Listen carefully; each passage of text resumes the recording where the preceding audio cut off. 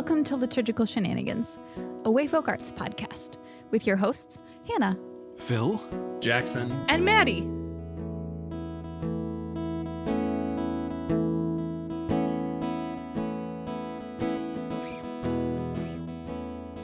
I just realized I don't know what we're talking about. That's okay. Someone does. Probably Hannah. Hello. Okay, so it was my turn to do the translation of the psalm and the primary artistic piece for this month.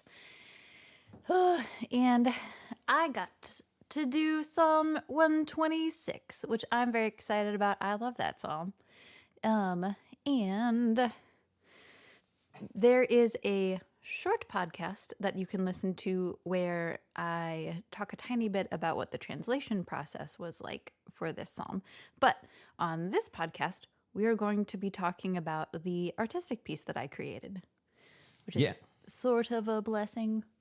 It's a blessing. Mm-hmm. Yeah, It's not a curse. That was last week's episode. Last month's episode. Months. Definitely check out the Instagram if you want to see the translation that Hannah's already done. You can check episode back, see the podcast about the translation, and then also, I think by now on the Instagram, the blessing that you've already written will be there. So definitely check that all out. You can also check out the description down below for all those translations and written forms of those blessings. Yeah. I'm trying to think if there's anything you need to know before I read the blessing. There is. What? Chickens can fly. No. That actually does feel like an important fact that some, not just me, may not have known. It's an important piece of context for this, for sure. It is. It makes it work. It's true. So I think the thing to know about this piece, if you recall back to like Jackson's Psalm 120 piece, like the piece he wrote, and then like the additional piece that I wrote are like very obviously inspired by that psalm. Like we use images and phrases from that psalm, like they're very obviously connected. This piece is definitely connected, but it's not like, yes, I know exactly where this came from. This is definitely more Hannah went down a rabbit trail, and here is where her brain landed as she was working on Psalm 126 and how it was speaking into my life. I felt like had a thing to say to the people around me too, as I was dwelling in it. So yeah, I think that's all you need to know for now. We'll get into more stuff later. So I invite you to settle into your seat or into your feet if you're standing or doing something else. Take a slow breath in and slow breath out.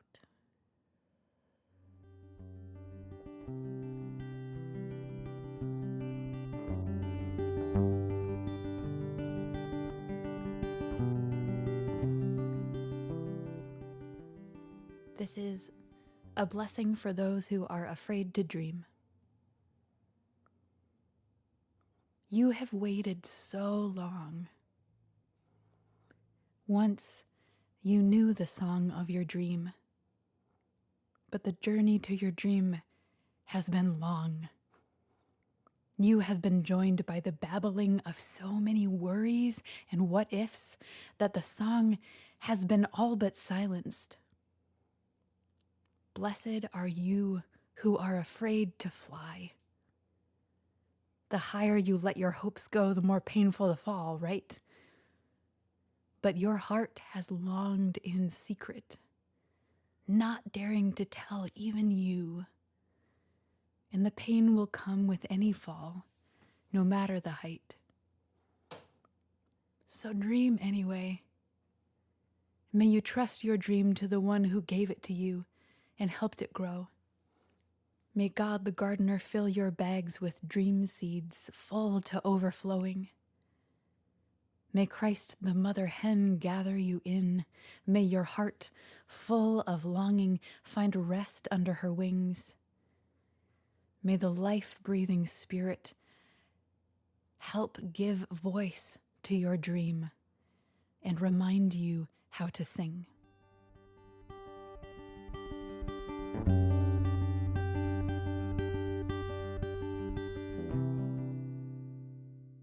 I liked it better when you read it out loud. Nice. Not that and to be clear,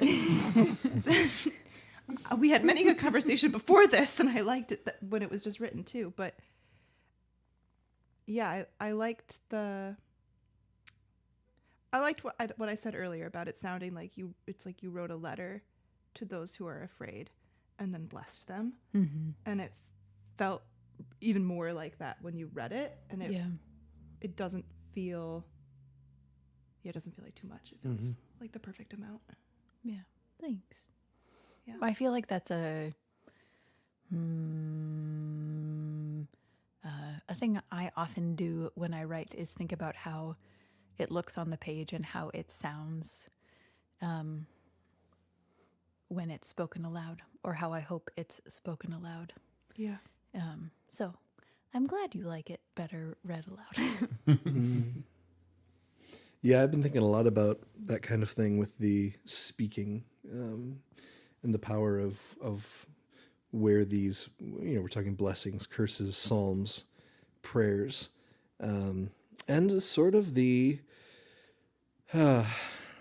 line, there isn't a line, the connection between what we think of as magic and these things that are religious, and this, I recently was listening to someone talk about this connection between magic and the liturgical, in all religions, but particularly in Christianity, and offered a definition of magic as like the energy that is in us and in the world, and anything that we do to kind of channel that and direct it. So kind of the intention of, so with our frameworks that we use here, we might think about it as our life breath, the breath of life, the spark, the soul, what makes us a living nefesh, right?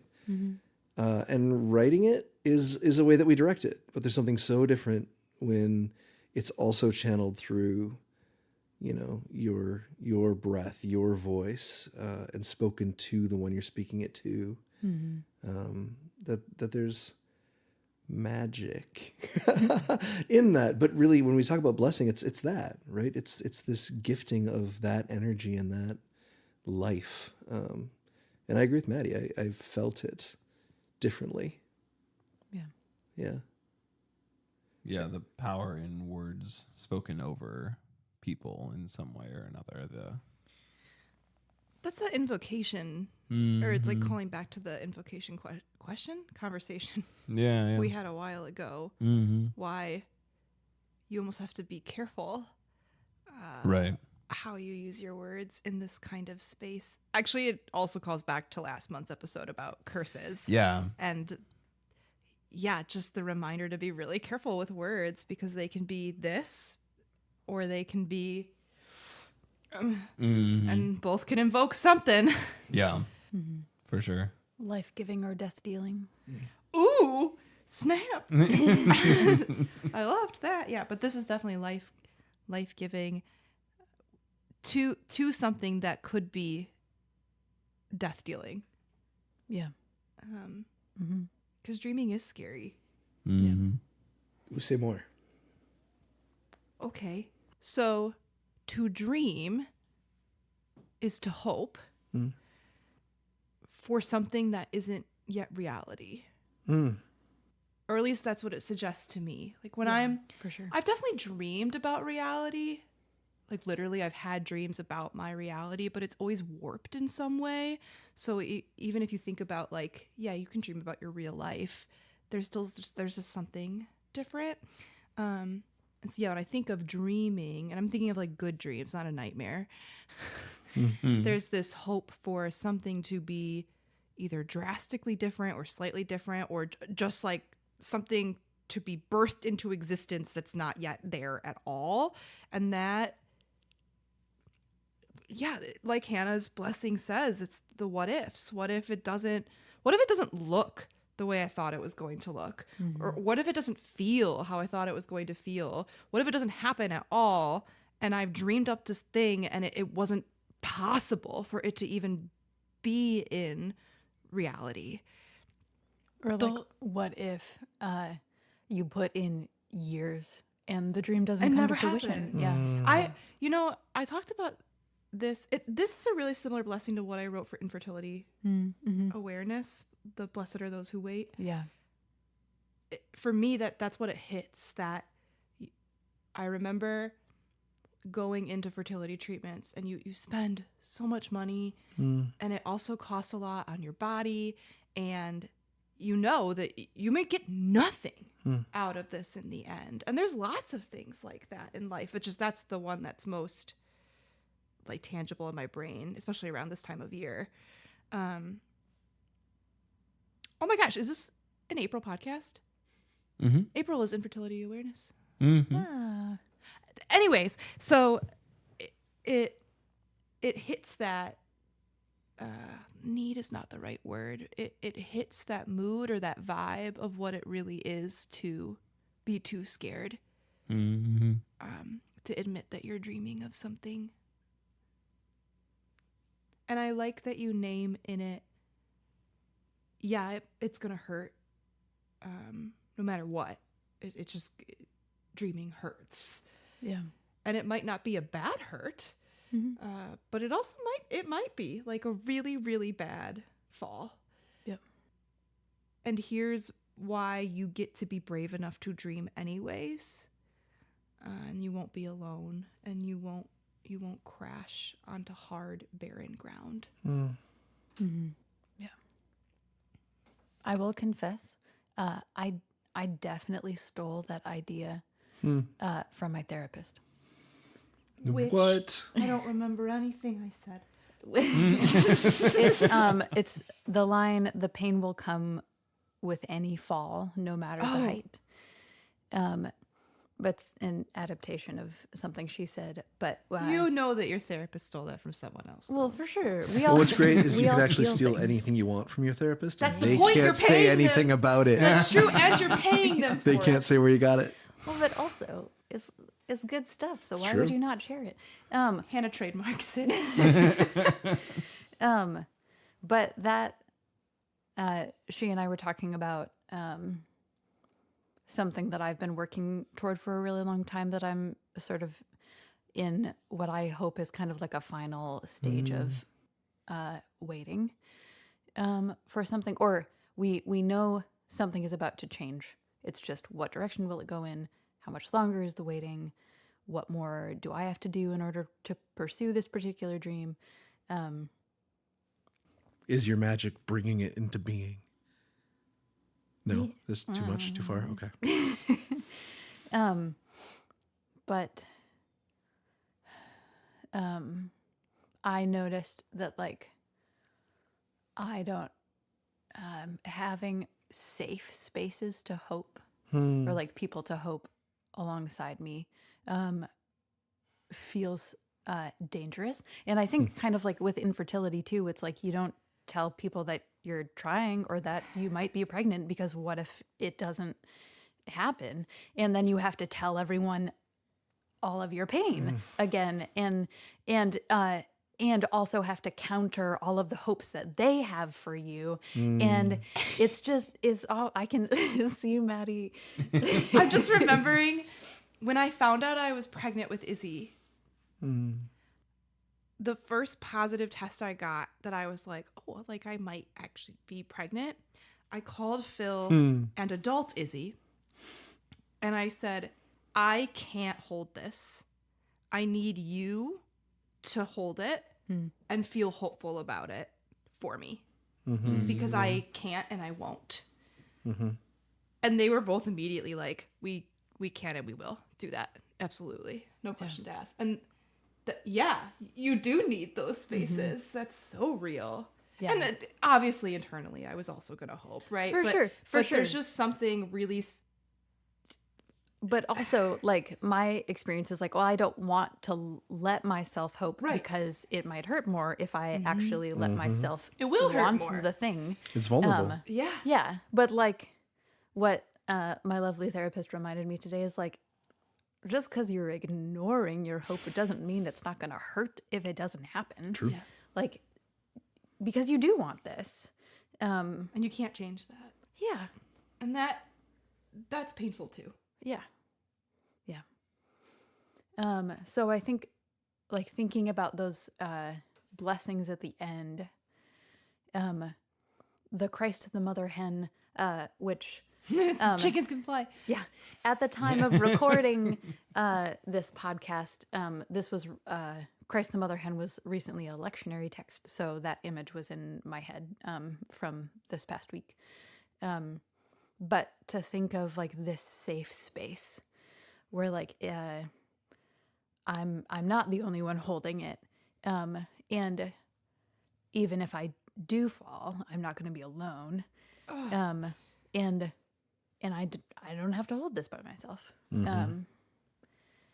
Yeah, that's where Christ the Mother Hen image is coming from. That those like warm motherly arms, because one of the things that's been a really huge gift for me is getting to talk to my mom and my dad about this particular hope, because they know me and my story, like the longer term things. So they are, I don't even have to tell them, hey, I really want this. They already know. My mom is the one who said that to me. She acknowledged that this thing that we were talking about has been a thing that I've been working toward for a really long time, and that I really want. I didn't have to say any of that. So to have someone who just already knows, you don't have to tell them. You don't have to convince someone else how much this means to you. That's what Christ the Mother Hen feels like to me. Like, don't worry, honey, I already know. Yeah. Yeah. And it's such a really powerful reminder of why community is so important. I'm finding myself really feeling angry because, and I'm thinking specifically about like the ways that in our community, the one and only homeless shelter, sometimes I hear them talking about people experiencing homelessness and how, well, they're just so hopeless, or, well, they just, if we could just give them something to hope for. And no, it's not even that. It's if we could sit with them and hold it with them and for them instead of treating them like hopeless. Sorry, I'm angry about this apparently. But I also think about people, even with that mother image, who didn't have parents that did that for them. Yeah. Or friends, or like, it is really easy to start to feel frustrated with someone who lacks hope, who's really angsty, or is pessimistic, the word that I want. Could be. Which I can get like that sometimes too, but Yeah. but that's because I didn't have the opportunity to develop the skill set. I do now. But how scary. Yeah. Especially if you didn't get to have that in your formative years. Yeah. It just makes me sad. I think of all the people that aren't being invited into places who will hold hope for them and with them, Or have had it taken, right? Yeah. Like I'm gonna go to yesterday morning. We had a church service and I got to do like the message with the kiddos and was talking to them about prayer and about, thinking about God. Very similar image to the mother hen being part of that, right? So this idea of what do you picture God as when you pray, and this image of being held by, who's the best hugger, and what does it feel like to be held by that person? It wasn't creepy. It wasn't creepy. What? Okay, sorry, keep going.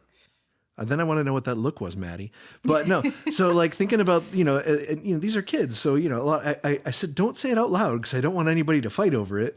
And still a couple kiddos are like, my family. I can hear them saying that. It's just so sweet. And then saying, picture, being held like this and loved like this when we pray. And I offered a prayer and thanked God for holding us like that. And then sent them on their way to do their children worship thing. And one of the kiddos, as he was going away, like stood up and said to me, this would be hard to do for some of the people in Ukraine right now. Ah, Kiddo had to be like 5. And it's like, that feels like a yep. fake story. It I feels know like a fake story. I understand it wasn't. But I have witnesses here. I understand. And it was like, sure enough, good thing we have each other too. And shut up, Phil, stop talking. Yeah. But I'm already, Yeah, it probably is really hard. Yeah. Yep. But yeah, that idea of some of us have that image that we can use as gift to, use as a symbol, as a tool, as an anchor for us to have something to hold on to as God's love and to step into that. And yeah. And then that's okay too. Like I'm it's okay for sure. I'm thinking of the times that I've rejected someone doing that for me because it's felt like they were just silver lining it. And it's felt like a invalidation of the very real pain that I felt in times of waiting. But no, I think there's a way to do both, to validate. I see how this is painful for you. I hurt that you have to wait. I hurt that you're hurting. I'm so sorry. And I have hope that it will be different. Even if you don't, I will hold this. And that actually is such a gift. Yeah. But it's so hard to see it that way when you're in the angsty, pessimistic, despair, probably completely valid space to be if you're in that space. Yeah. And that shouldn't deter us from holding the hope still. Yeah. Well, it comes to what I think you were building toward, right? With the importance of community. Yeah. That Yes. maybe you don't have those parents, or maybe you're in a world where it's been taken away from you, but Or your community just sucks. yeah. Yeah. But the way we get to be that for one another and model that, a hands and feet kind of situation. Yeah. I have a question. Yes. If we're I at do, a twisting point, yeah. you want to go first? No, you go for it. It's just about process and stuff, and I'm sure in your own little podcast, shorter podcast, right? Mini podcast on the content that you'll talk about it, but just a little bit about just why. You said this was where Hannah's brain went, but like I was thinking about this, you being used somewhat liturgically, and sometimes we'll think about liturgy, worship as like dialogical, like is it God talking to us? Is it us talking to God? Is it us talking to each other? Right? What's sort of the directionality of this in your head? Is this you blessing someone? Is this God blessing you? Is this, or maybe all of it? But I wanted to hear Hannah's brain. That's a good question. Yes. I won the podcast. I think, like a lot of blessings that I write, that's not true. I think this is me to me currently. I think if I were intending it for like a different group of people or like for actual liturgical use, I would edit it some. But I think this is a way for me to practice an invitation into courage and reframing.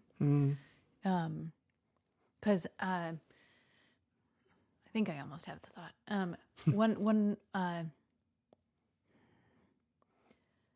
One of the other ways that I tend to be protective when I really want something and I am afraid of what's going to happen if I don't get it, is sorry, brain is skipping. Something is retrograding. It's like the pressure changes. We just went through like Oh, two man. big I don't temperature have swings. a brain. Yeah. Yeah. No, it's been bad for me too the last like week. No, it's good. It's gonna come back. We all know I have ADHD brain, so it'll come back. Self-sabotage is the thing that I'm trying to get around to. Yeah, my protective thing is like when I'm afraid to hope for something, I get really reserved, which also means that like I might not lean into like the pursuit of the thing as much as might be helpful to help me get to the end of that goal or that dream. So even though part of me is trying to protect myself from the pain, I'm almost like cutting myself off from possibilities because I'm not letting myself hope and get excited and be like, okay, but what if we did this? And what about this idea? And would this make this better? It's a lot harder to access those like forward movement things when you're being like, well, I can't hope for that because what if it doesn't happen? God. So this blessing is also it might be painful, but also it could be really good. And if it doesn't happen, it's going to be painful no matter what. So why not go for it? Why not lean into that dream so that you might take one more step toward it being possible rather than holding yourself back from that. First of all, damn it, Hannah. Because, no, every time it's your turn to do anything on this podcast, I feel It's my unspoken goal it's in life. unnecessary. But I was just thinking, is it Hillary Duff has that? So why not take a crazy chance? Oh, I don't remember who that is, but I know what song you're singing. Yeah. Yep. That's that one. everything you just said. Yeah. So everyone should go look up I was that thinking of a song. very different song, and I'll Oh. share it in the after show. So Okay. But dang, that was I don't have anything else to say. But I have a feeling and I don't like it. What's the feeling? So sudden It's and new. hope. No, I'm just kidding. hope. No, I just Hope is scary. yeah, it is. With feathers. And everything you just said, I'm just feeling a little called out, but in a good way. Just not in like a Hannah's so mean. Well, you are. I do feel like you were a little mean just then, but like it's a good hurt. Yeah, I just really resonated with so much of that, and I would imagine a lot of people do. And I just think the church is so sometimes bad about acknowledging how shitty waiting is. Particularly in seasons of high hope. Yeah.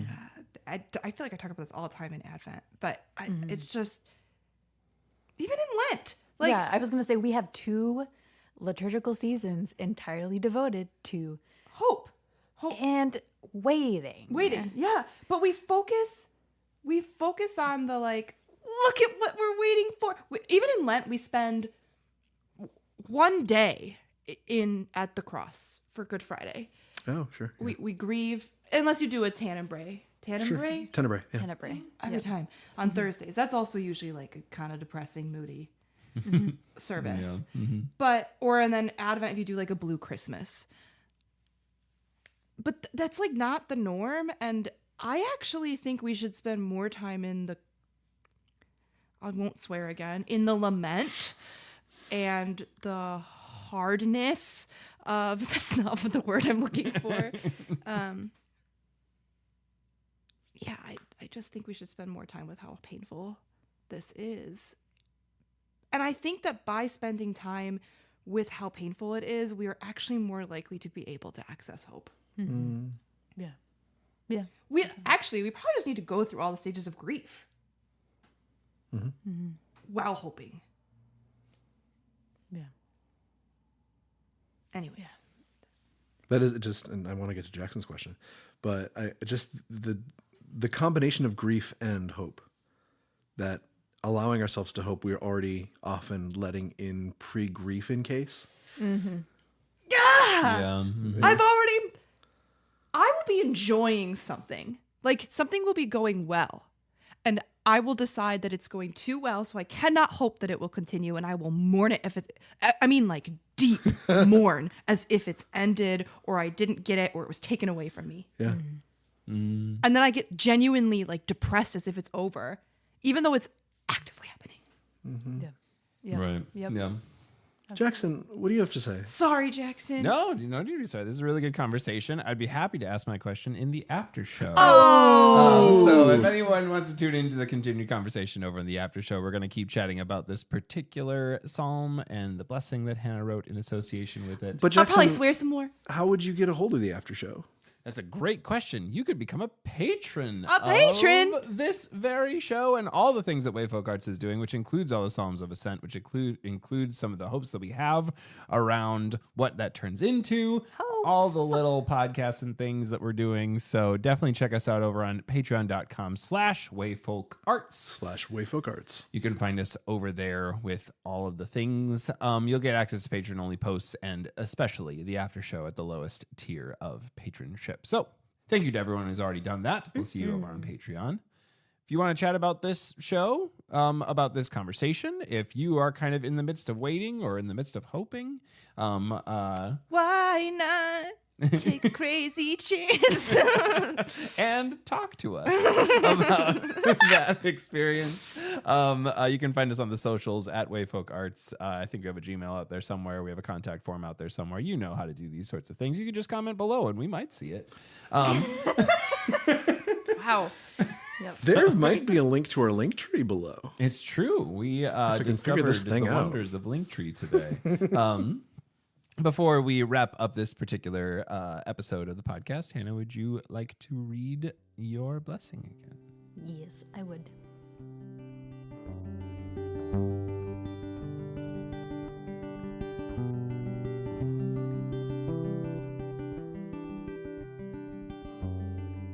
A blessing for those who are afraid to dream. You have waited so long. Once you knew the song of your dream, but the journey to your dream has been long. You have been joined by the babbling of so many worries and what-ifs that the song has been all but silenced. Blessed are you who are afraid to fly. The higher you let your hopes go, the more painful the fall, right? But your heart has longed in secret, not daring to tell even you. And the pain will come with any fall, no matter the height. So dream anyway. May you trust your dream to the one who gave it to you and helped it grow. May God the gardener fill your bags with dream seeds full to overflowing. May Christ the mother hen gather you in. May your heart, full of longing, find rest under her wings. May the life-breathing Spirit help give voice to your dream and remind you how to sing.